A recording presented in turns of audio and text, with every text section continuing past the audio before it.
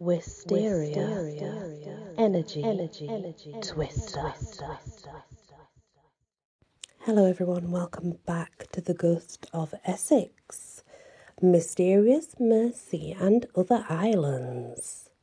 The Reverend Sabine Baring Gold, once the rector of East Mersea, on Mersea Island, used to complain that it was always cold there, and who would argue with him in the winter-time, when a keen wind comes roaring across the North Sea, howling like a lost soul, and strange lights like will-o'-the-wisps flicker on the misty marshes. It is an eerie and mysterious place. Then, when one can readily believe Mersea's many ghost stories, some dating back to the days when it was a Roman outpost. Ghosts of those old Romans still linger in the area. Baring Gold himself had reason to believe when he heard the steady tramp of a troop of foot soldiers approaching one night, and yet there was nothing to see. This was no surprise to local people, who had often heard the marching footsteps. But most famous of all is the Roman centurion, who's been seen and heard over the centuries, and he comes marching over the Strood, the causeway that links Mersea and the mainland. Mrs. Jane Pullen, former landlady of the charming old Peldon Rose Inn, was escorted by the ghost one night when she was on her way home. He came down off the Barrow Hill, she said, the steady tramp of a man's feet, like it was a soldier marching, and he caught up with me and walked all the way down to the Strood. I could see no one, yet the feet were close behind me, as near as I could have touched him. I swear it. I bobbed down to look around, across the road and along the road in the moonlight. Yet no one was there. Still the feet kept on. She met a man she knew who was terrified by her invisible companion, but the stalwart old lady told him, "I'm only one of those Romans come out of the burrows to take his walk." And they walked on, with the footsteps beside them, and they turned off to Peldon Rose, and the sound continued on. You know, it does say that someone said, but I think it's a lady that said that, and I think they've just worded it wrong. A huge mound of earth at Borough Farm was excavated many years ago, and had a lead casket containing a glass bowl with human ashes inside, which is now in Colchester Museum.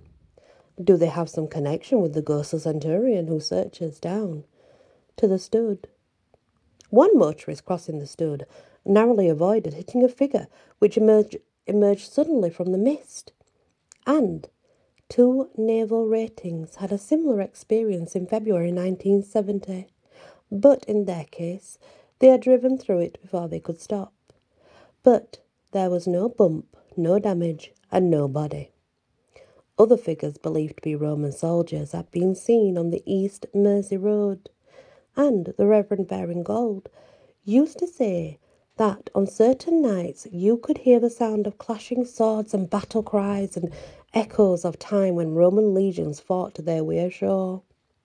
Ray Island, part of a group of small islands on Mersea Island, also knew the Romans, as a young man had reason to know one moonlight night when he camped out there. He woke up in the middle of the night to hear someone tramping towards him, but when he looked, there was no one about.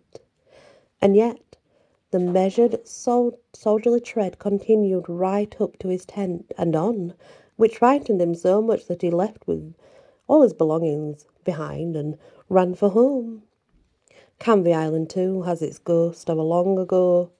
The fishermen, wildfowlers of Canvey Point, no, for some of them speak of the famous Viking who stalks the saltings. A lonely relic of the Danes who invaded the Essex coast more than 1,000 years ago.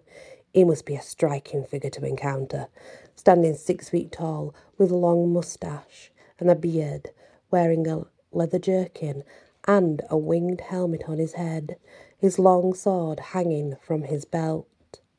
East Mersea has its curiosities as well as ghosts, and in the churchyard, the visitor may come across something quite unusual. It's an old metal cage fixed over the ground with a plate bearing the words, Sarah Wrench died May 6, 1848, aged 15 years and 5 months. The local story is that Sarah Wrench, young as she was much feared as a witch in the neighbourhood. But how or why she died so young is not recorded. Some say, reasonably enough, that the metal cage fixed over her grave was to thwart body snatchers. But why was only one grave protected in this way, if that's so? Others suggest that it had a more sinister purpose of preventing Sarah's ghost from waking up. Was she really a witch? Who can say? Except to note that her grave is on the north side of the church, often an unconsecrated area where in the old days suicides, wrongdoers were buried. Also at the time the witch persecution mania was in its height in the 17th century, it was a custom for executed witches to be buried in unconsecrated ground with their heads to the north. What happened to Sarah Wrench? The Essex coast is still a mysterious area these days, with its special heritage of strange stories of ghosts, witches, smugglers, even the devil himself. But it has its own distant charm for those who love its wildness, its wide skies and lonely marshes, and the sensation that echoes of more ancient times are still there for those who are aware of them. The end. Well, that's interesting. I mean, imagine seeing like Roman centurions and Vikings and then hearing the battle clashes. I can just picture all that in my head. It's like, wow, that would be amazing. And poor Sarah, 15 years old and probably, they think, hung for witchcraft. Wow. Thank you for listening. Please hit that like, share if you can, and do consider subscribing. Many blessings. Wisteria.